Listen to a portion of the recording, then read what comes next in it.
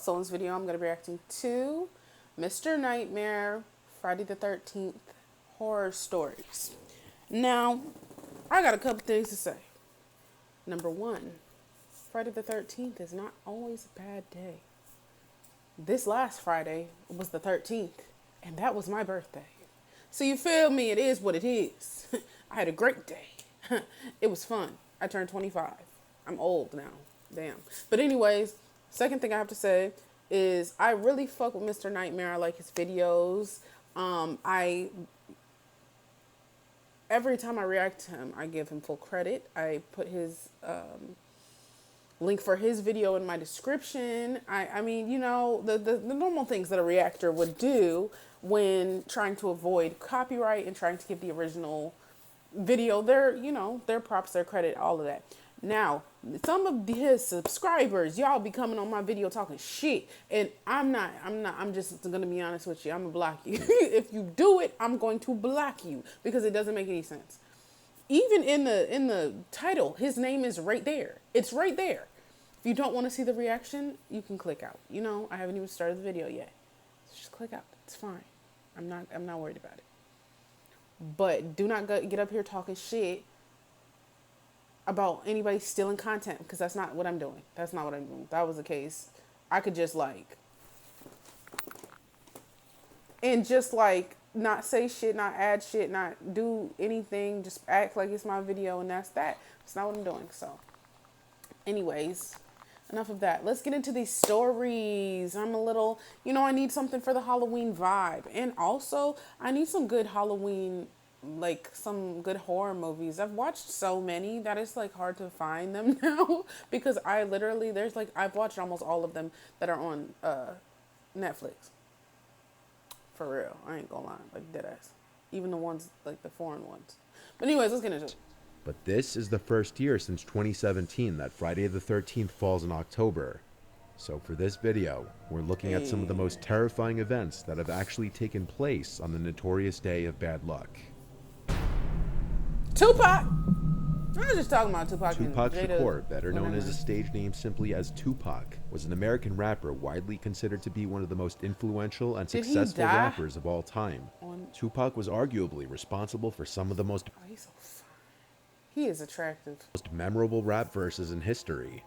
And while much of his notoriety came about after his shocking death in the mid-1990s, he's still remembered and talked about today. On the night of September 7th, 1996, Tupac was in Las Vegas celebrating his business partner's birthday. And one night while there, he attended the Bruce Seldon vs. Mike Tyson boxing match with Suge Knight at the MGM Grand. Later that night at about 11:15 p.m., while at a stoplight, a white four-door Cadillac sedan pulled up to the passenger side of Tupac's vehicle, and an occupant rapidly fired into the car. He was hit 4 times, once in the arm, once in the thigh, and twice in the chest, with one bullet entering his right lung. Tupac succumbed to his injuries 6 days later on September 13th, which was a Friday. The case went unresolved, with people suspecting his friend Suge Knight and even rapper Biggie Smalls of the murder. But recently, on September 29th, 2023, 60-year-old Duane Keith Davis was charged in the killing of Tupac. Duane is not accused of being the one to pull the trigger that night in Las Vegas, but he is, however, being accused of having been the one to call the hit on Tupac. The trial is still currently in progress. Yes.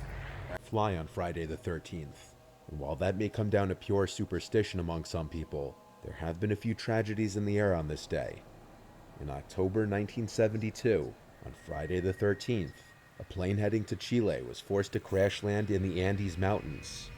The flight was carrying 45 passengers and crew, including 19 members of the Old Christians Club rugby union team, along with their families, supporters, and friends.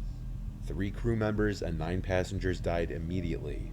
Several more died soon afterward due to the frigid temperatures and the severity of their injuries. Survivors of the crash hid in the wreckage for warmth and were eventually forced to cannibalize and eat deceased passengers to survive.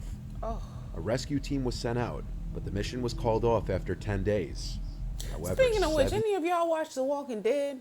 If you do, how do you feel about this Walking Dead universe shit and them having 3 different shows at the same time? They got Fear of the Walking Dead, Walking Dead, Daryl Dixon, and then the Walking Dead Dead City, and then there's supposed to be something with Michonne and Rick. Yeah, how y'all feel? Is it too much for you? Because I'm getting a little confused and trying to connect the dots and make the, you feel me? I don't know. 72 days after the crash, as the weather improved with the arrival of late spring, 2 survivors climbed a 4,700-meter mountain peak without gear and hiked for 10 days into Chile to seek help, traveling a total of 38 miles. The 2 men were able to alert authorities that there were still 16 survivors trapped in the mountains, leading to their rescue.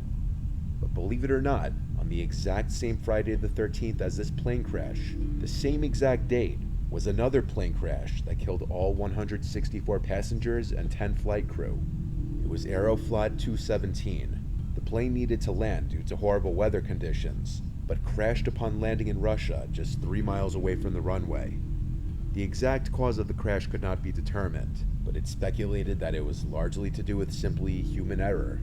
Casualty-wise, it is one of the worst plane crashes in history. While these incidents are incredibly rare, perhaps there is a reason flights are cheaper on Friday the 13th. If you're not superstitious, perhaps it may be worth it. But now we move from the sky to the sea, looking at the Costa Concordia disaster. On Friday the 13th, January 2012, the 8-year-old Costa Cruises ship Costa Concordia just left Civitavecchia, Italy at approximately 7:18 p.m. On board were 1,022 crew members and 3,206 passengers. As the Concordia approached Giglio Island several hours later, it deviated from its standard course, moving closer to the small Tuscan island for a maritime salute, which included the cruise ship sounding its horn to show off to onlookers on the land.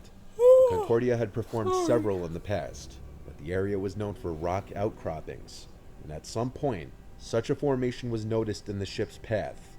Francesco Schettino, the captain, ordered a change in course, but allegedly, due to language issues, the Indonesian helmsman steered the boat in the opposite direction. That should be something that's discussed. Like, if y'all have some language barrier, I don't know. It took a little over 10 seconds to correct the maneuver, and the boat's bow ultimately swung clear, but the stern collided with the reef at approximately 9:45 p.m. The damage had been done. The Concordia's port side had suffered a 174-foot tear.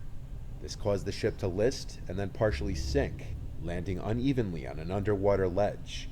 Although a 6-hour rescue effort brought most of the passengers ashore, 33 people died, 27 passengers, 5 crew, and later a member of the salvage team. An investigation focused on the shortcomings in the procedures followed by the Concordia's crew and the actions of the captain, Francesco, who left the ship prematurely, leaving behind about 300 passengers on board the sinking ship, most of whom were rescued by helicopters or motorboats in the area. Schettino was found guilty of manslaughter and sentenced to 16 years in prison. Despite receiving criticism, Costa Cruises and its parent company Carnival Corporation didn't face criminal charges. The total cost of the disaster, including victims' compensation, refloating, towing, and scrapping costs, is estimated at $2 billion, more than 3 times the ship's original $612 million construction cost. That is wild. The cruise line offered compensation to passengers to pay for all damages, including the value of the cruise. Only 1/3 of the survivors took the offer. This remains the biggest modern cruise ship catastrophe. And Thomas McGreevy. David was the second oldest of 6 children. Since David's father was a sergeant in the British Army, a lot of his childhood was spent moving from one army base to another. This could mean that one year he was being educated in an army school in England, the next in Germany. According to David's mother, living in Germany was his happiest time. David's mother, Bella, later said she could only remember one childhood incident of concern, as David was otherwise allegedly well behaved. In 1967, 15-year-old David left school and enlisted in the Royal Navy. However, he was dismissed from the Navy in August 1971 after being court-martialed for starting a fire that destroyed a mess wardroom. David then moved back in with his parents, but around this time his life was crumbling as his fiancée broke up with him and he was fired from several jobs. For this reason, his parents became fed up with him and kicked him out. Damn. How you gonna kick your child out when they at their lowest? They're single, newly single, heartbroken, and they keep losing their job. Now, are they heartbroken because they kept losing their job? Or did they lose their job because they kept feeling heartbroken? You feel me? It's like we have to consider these things, but damn, for real, on a real note, that is kind of crazy that your parents kick you out when you like really down. So That's David turned wild. to his friend Clive Kenneth Ralph, who led him What board with he and type his of wife, name? That was like three first names: Clive, Kenneth, Ralph, whatever. Dorothy Elsie, and their two small children, Paul and Dawn. Clive and Dorothy had been Dawn look, school or friends, and there was a 5-year age gap between them. they look They scared. had married in September 1968, when Dorothy was 16 and pregnant with Paul. At the time David moved in, Dorothy was pregnant with their third child, Samantha, who was born on the 14th of July in 1972. All I'm gonna say, I'm just gonna say is that given the age of these children, 16, I'm gonna say the oldest one gotta be around 8. That means she would be 24 in this photo, and it's not giving 24. I just wanted to say. Clive and Dorothy busy working, David acted as a babysitter for the Ralph children. He was regarded by family and neighbors, as well as the Ralphs, as a person who loved children.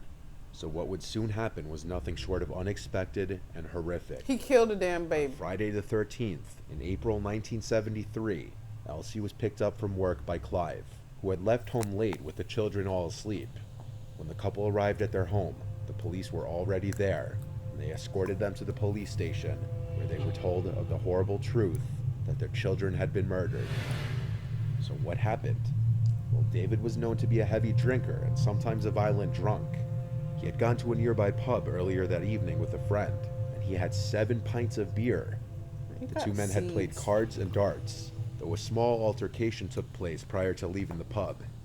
Clive picked David up from the pub and brought him to look after the children, while Clive went to get Why? Elsie from Why work. would you do that? Why? I'm not saying it's his fault for somebody killing his kids, but the better judgment, you picking somebody up from them. That's like me picking up a babysitter from the club and bringing her to watch my kids. Sometime between 10:15 and 11:15 p.m., David, while completely wasted, became infuriated with the children, beginning with the baby, Samantha, who had been crying for her bottle.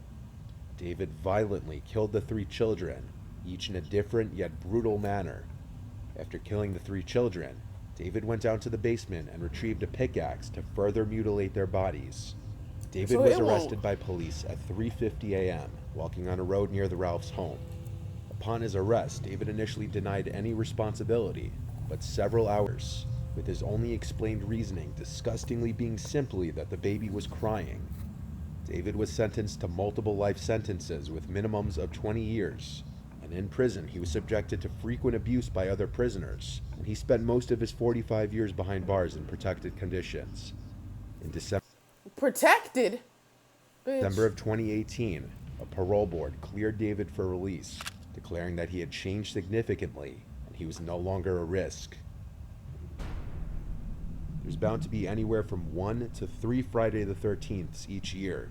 If you are superstitious and choose to be more low-key on this inevitable date in an attempt to escape any bad luck, you may end up like Daz Baxter. On Friday the 13th in 1976, Daz decided to just lot collapsed under him. Damn. There's countless other stories every other date on the calendar. At the end of the day, maybe it's just another day. It is just another day. I'm telling you, my October the 13th was my birthday, and I had a good time. It didn't seem like any superstition things, but trust me, I'm a very spiritual, very conspiracy theorist type of person. But I don't know. Friday the 13th is probably, I'm just biased. I don't, I was either born on Friday the 13th or Tuesday the 13th. So I don't know. I mean, it was a good day. But anyways, back to the stories. It is unfortunate. It definitely is unfortunate that these things have happened. And I like how he covered a bunch of different types of stories. It wasn't like just murder. Well, it was everyone died, but I'm saying it wasn't just like one type. Like one was Tupac, and the other was plane crashes, and another was a manic man who's just killed kids for, you feel me, because he was, you feel me. Um, I just like the diversity in the stories. I really appreciate that, for real. And I saw he had one about haunted houses, and I lived in a haunted house for like 10 years of my life. So I have a lot of stories when that comes. It's, very, very, very traumatizing. But I want to watch his haunted houses one as well. So that's probably going to come within, I don't know, Sunday, Saturday. One of the two. It'll come Sunday or Saturday. But I'm just, I love October, the favorite month. Again, maybe bias. I love Halloween. I love, excuse me, the fall vibe. I just love it. So I need to get into more of these scary reactions because, you feel me? It's almost over with. The month is almost over with. We already halfway through it. So anyways, y'all like, comment, subscribe. Follow me on Instagram. Follow me on TikTok. I'll see you on the next one.